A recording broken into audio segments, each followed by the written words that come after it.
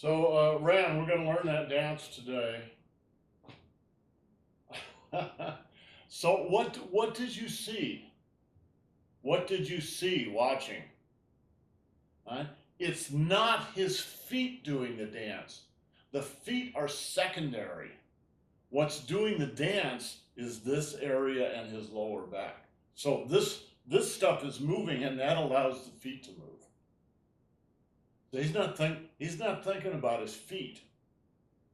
He's thinking about this. But how Kevin, is yes, Jill? but how is he doing that with keeping his upper body completely like at the same like it's like there's a spring. Yes, exactly. It's like there's a spring inside. Now, if you watched closely, you can see that guy's a big guy. Yeah, he's got a headdress on that's really tall. But even discounting the headdress, he's quite a bit taller than that attendant who's making sure that his costume is perfect, right? Um, but he bends over, and he's here. It's going like this, all right? It's the thoracic piston and the quad, the same as we do, and they're trained to move that just like a belly dancer. And then once you get that rhythm going, it's like a spring, and then you can do the footwork relatively easily, relatively easily. It's still, I think, a very difficult dance. Apparently, it takes several years to learn how to dance like that. Unless Ram knows how to do it. I guess not. I don't think so. No, I can't either. But it was really interesting to watch it, and the drums are really hypnotic. Okay, so we're all here again today, and we're going to go back and start working on the yin and yang cycles in the first section of the form. I don't know that we'll do the whole form, but we'll at least do the first section. So let's do the first section of the form a couple of times to warm up. In fact, we can do it 4 times. I'll lead the first one, Catherine second, Rand third, and Jill fourth. That'll be the equivalent of doing the whole form once, all right? But it'll warm us up a little bit.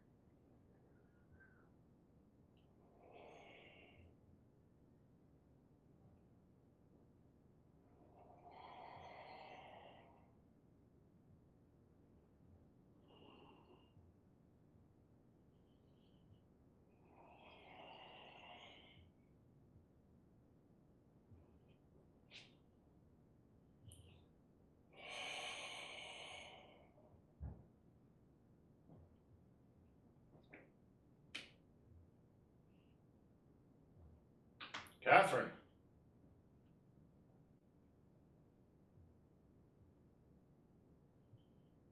I'm gonna watch.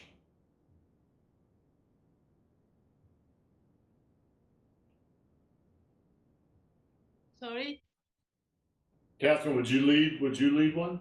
Yeah, I will.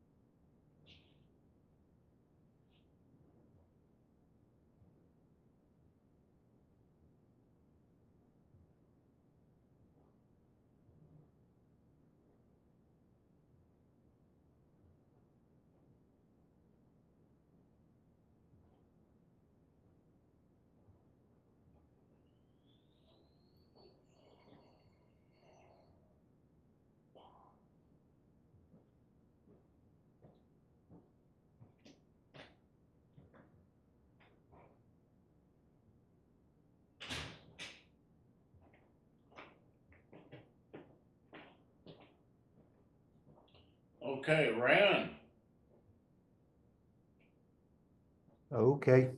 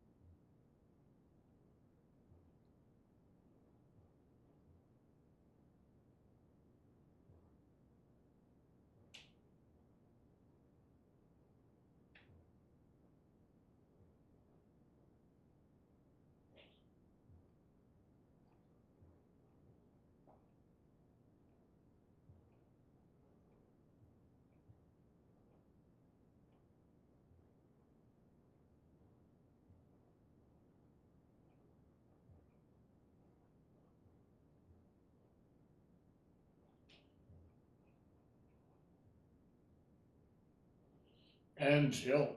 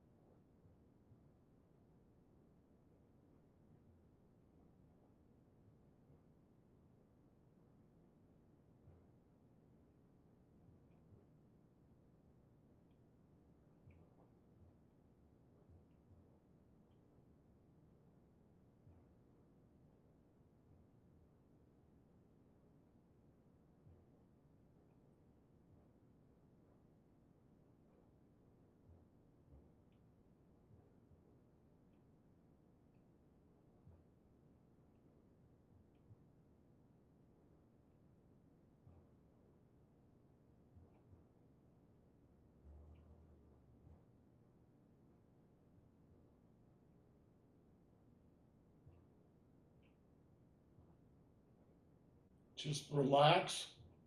Go back to the last thing you're sure about. Yes, let your body do what it wants to do.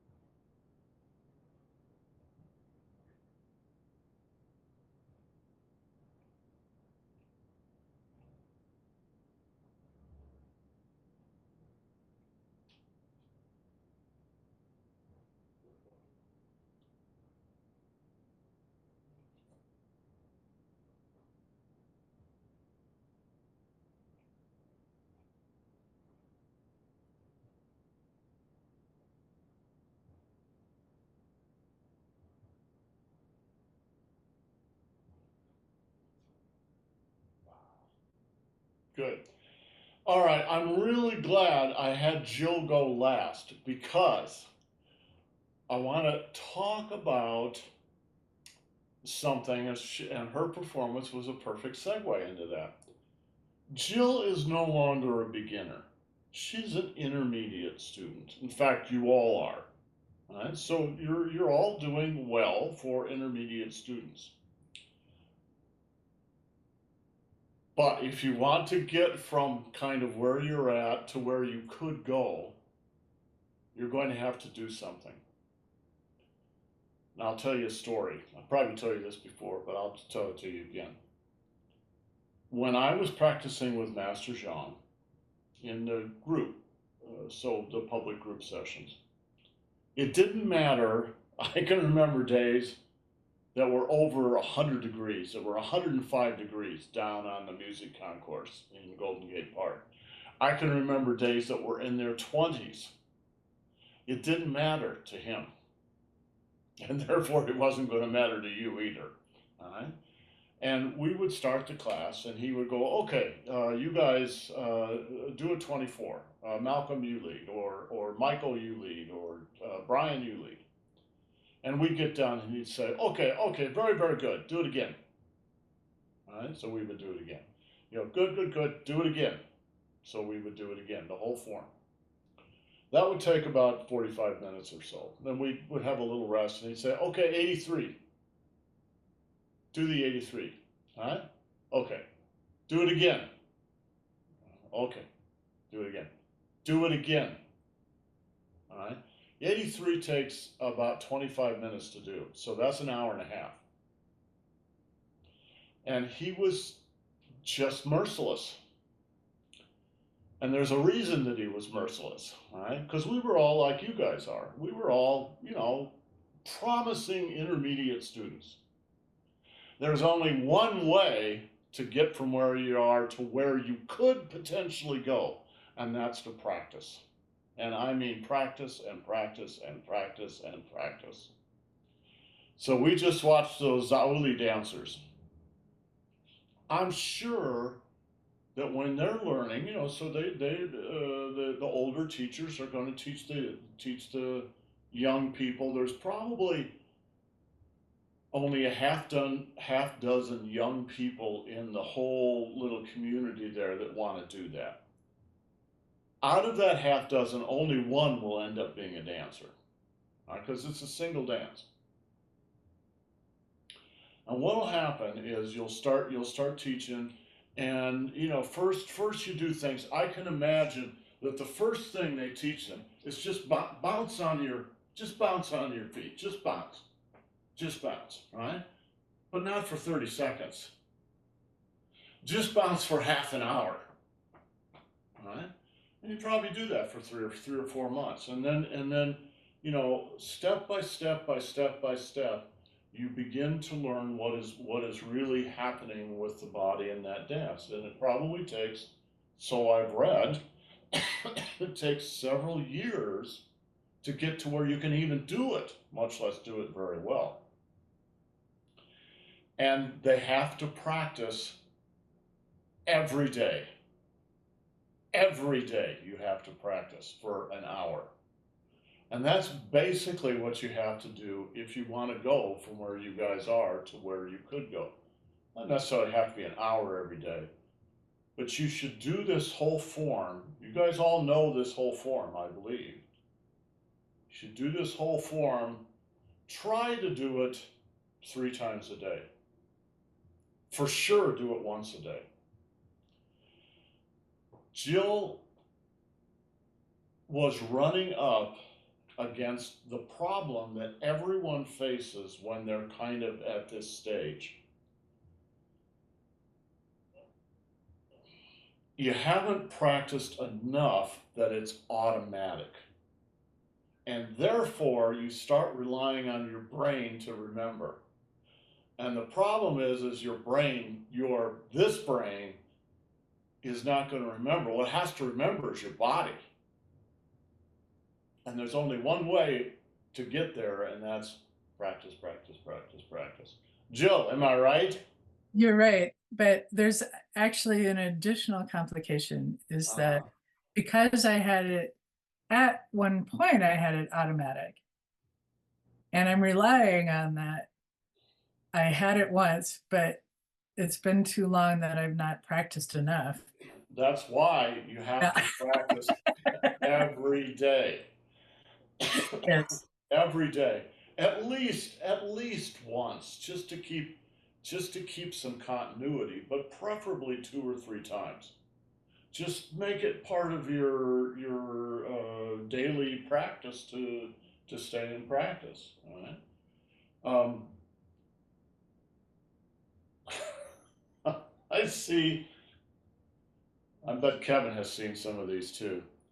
There are Tai Chi teachers out there in the internet that will offer you a teaching certificate. You can become a Tai Chi teacher. All right, only costs you maybe $1,500, and you take a course, and you get certified for 200 hours. 200 hours is diddly squat. Can you imagine being a decent guitarist with 200 hours? 200 hours is about 2 months worth of work. At a minimum, to be a decent Tai Chi teacher, you need 10 years worth of work. And to be a decent student, you have to have in your mind that you're actually going to teach this someday, and that will inspire you to do that. Anyway, I want to, over the next little while, I want to do a couple of things. One, we're going to go through the first section of the form and identify you are going to identify the yin and yang cycles. Then we're going to go through it again and we're going to talk about the Shin Yi for each yin and yang cycle. And then we're going to develop the Qigong that will accomplish each of those Shin Yi, each of those intentions. Finally, we're going to come back and do it again, and we're going to talk about flow. Because the whole point of doing this is to get to flow. And flow not only takes a tremendous amount of practice,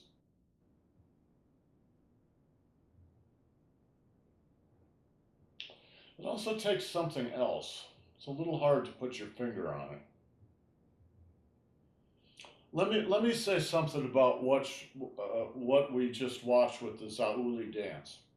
Could you guys see? Could you see what was happening with his quad, his abdomen, and his lower back? That's what Joe says. It's like a spring. It's like a spring, and you get that spring going, and then the feet are secondary. What's driving it is this.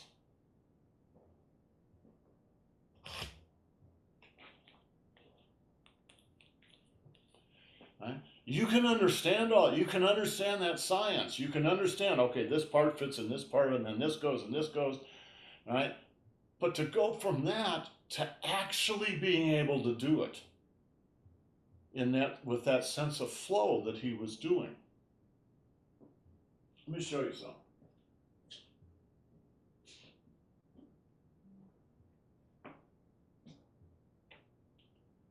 I hope I can do this without dropping this ball, right?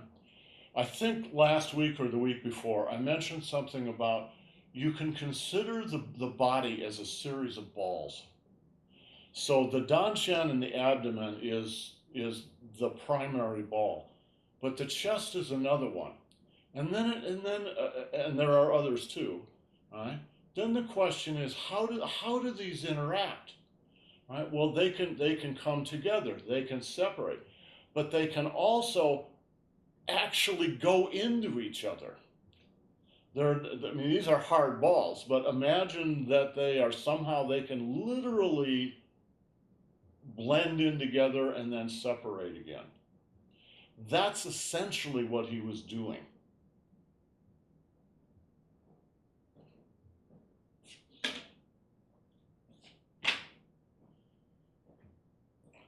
When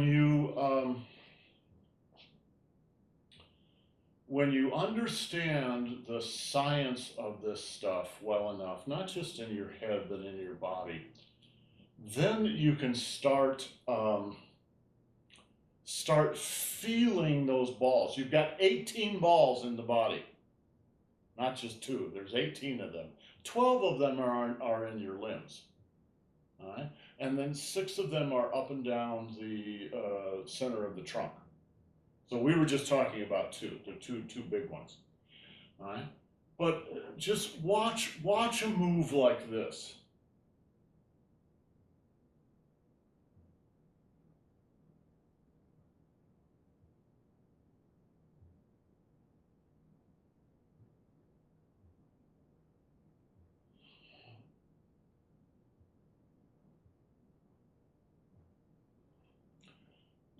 That's what you pay attention to. Not all the other stuff. Because you've learned all the other stuff, it's all just automatic. You don't have to think about it. So what's your feeling? It's not that you're thinking about it.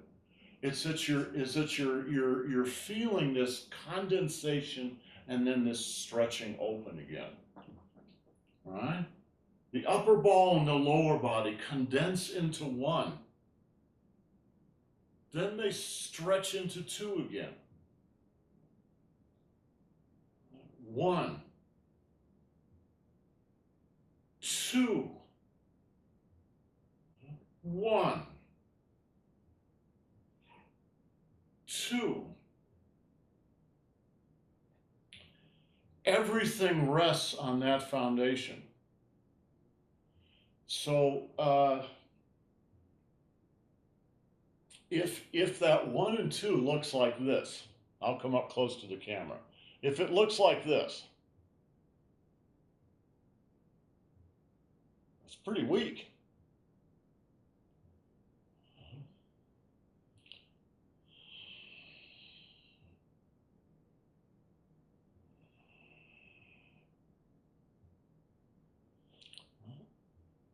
Condense, expand. So what you're doing as a performer, as someone who's really trying to do this exercise, if you want to think of it as exercise, what you're doing is bringing those two balls into the same place. Now they're one ball. Now they separate again. Does this make sense, Jill? Yes? If you're busy thinking about all this other stuff, where do my hands go? What's the next move?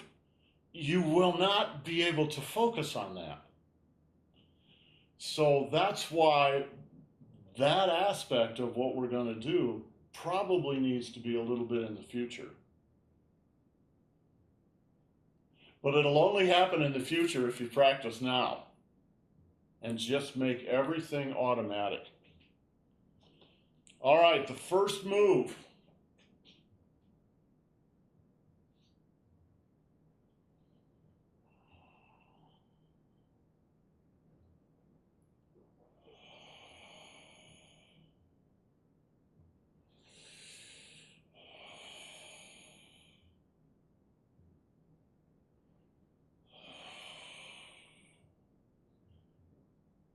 So identifying the yin and yang cycles is the same thing as drawing a map of the form. These are the elements from which the form is made. So when you identify these, what you're really doing is drawing the map, and you go through the whole form until you've got the whole map, beginning to end. That's not the end of everything, but in a sense, it's the beginning of everything. So Jill, that little move that we just did here,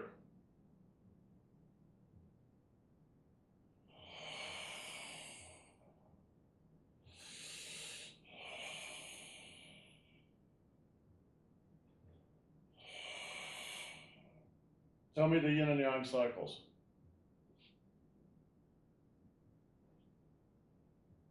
Okay, let's see.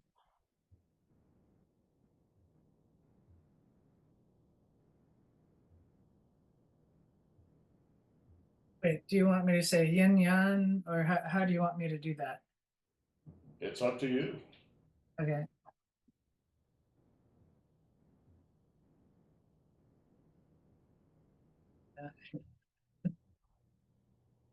Yan, yin, yan, yin, yan, yin, yan, yin, yan, yin. So how many are there? Right.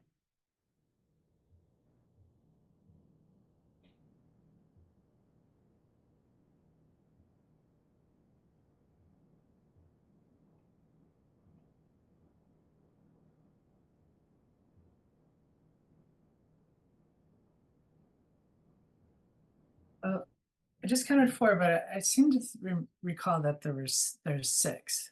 Don't rely on anything in the past. Don't rely on recalling anything. Just do it in the present tense. Okay. So I counted 4. Show me the 4. Okay. So 1, 2, 3, 4. Good. That's the way I count them too. Okay.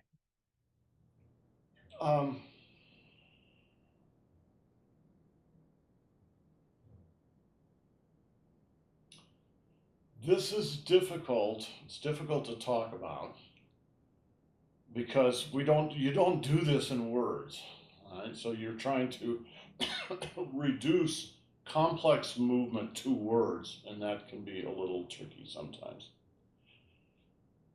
Normally we think of yang as being aggressive and yin as being defensive. But that's not always true. So don't make that mental equation in your head. A simpler way to do it that will keep you out of trouble is just to think about where the energy's going. Yin energy is coming into the body, yang energy is going out from the body. That's different than thinking of it as aggressive versus defensive, right? Because the truth is yin can also be aggressive. Yeah. So just think of it as coming in and going out. Sorry to interrupt, but so one of the what do you call it, similes that you use to represent yin is kind of like squeezing toothpaste out of a tube. So it's like That's not necessarily yin at all. That metaphor I've been used with G energy, Hunglu G on. That is different than talking about yin and yang. Right. Tell you what, put an asterisk by that, and we'll come back to that. But that's going to get us out away from what I really want to talk about today, and we've only got about 10 minutes left here, so maybe we can address that tomorrow. Here's your assignment between now and tomorrow.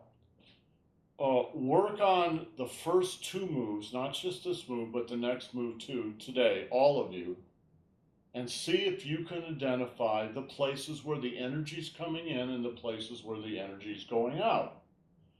A simple way to think about this is my famous baseball player, right? You're winding up, right? And then you're hitting. When you wind up is yin. When you hit is yang. All right? Watch. Wind up.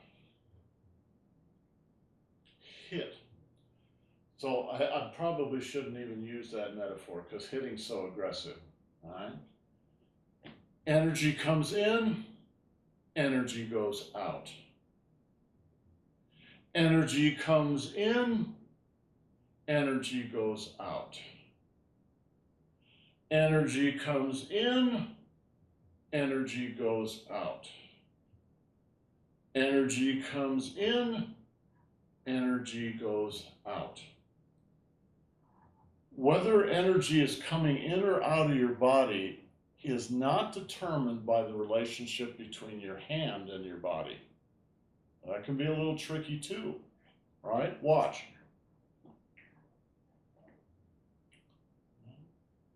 This is yin.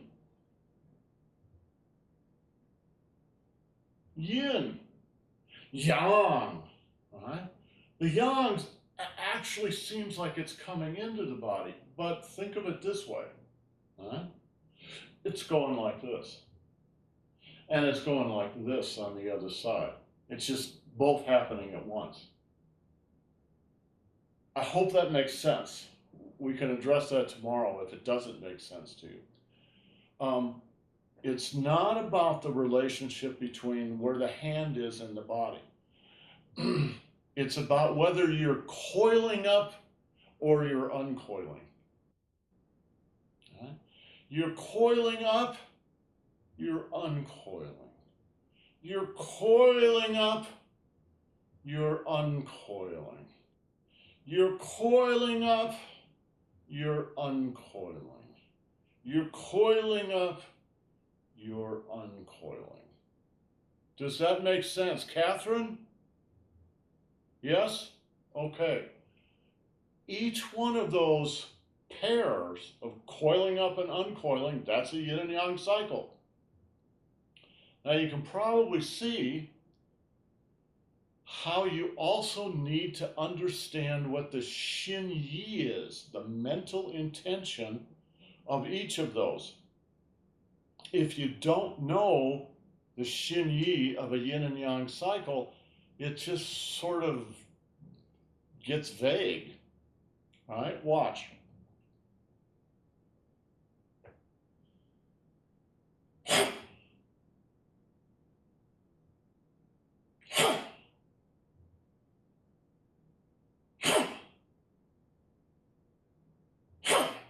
All right, that makes it less vague. You just don't want to have to practice like that all the time. All right, but that's a way of understanding what you're doing. Move 4, which I demonstrate with all the time.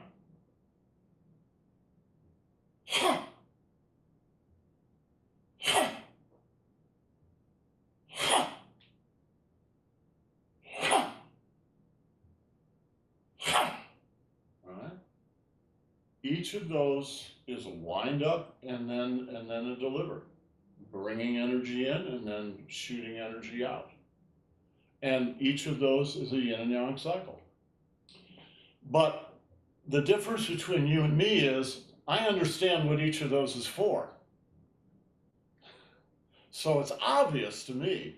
You don't understand what they're for, so it's less obvious to you. So this is a process like climbing stairs, right? 1,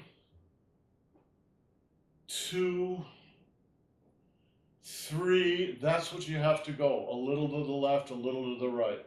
A little yin and yang cycle, a little Shin Yi. A little yin and yang cycle, a little Shin Yi. You gradually learn all this stuff. Until by the time you're done with the process, it's inside you. It's automatic. You don't have to think about it. Now you can start thinking about flow, because you already know where you're going. All right. So now you can think about contracting and expanding inside. All right. Those balls coming together.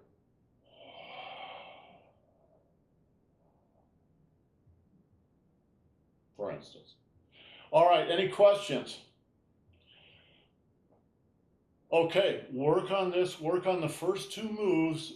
Tomorrow, we'll do the yin and yang cycles for those first 2 moves, right? We've already really done the first one. Okay, guys, have a great day. We'll see you tomorrow. Ciao.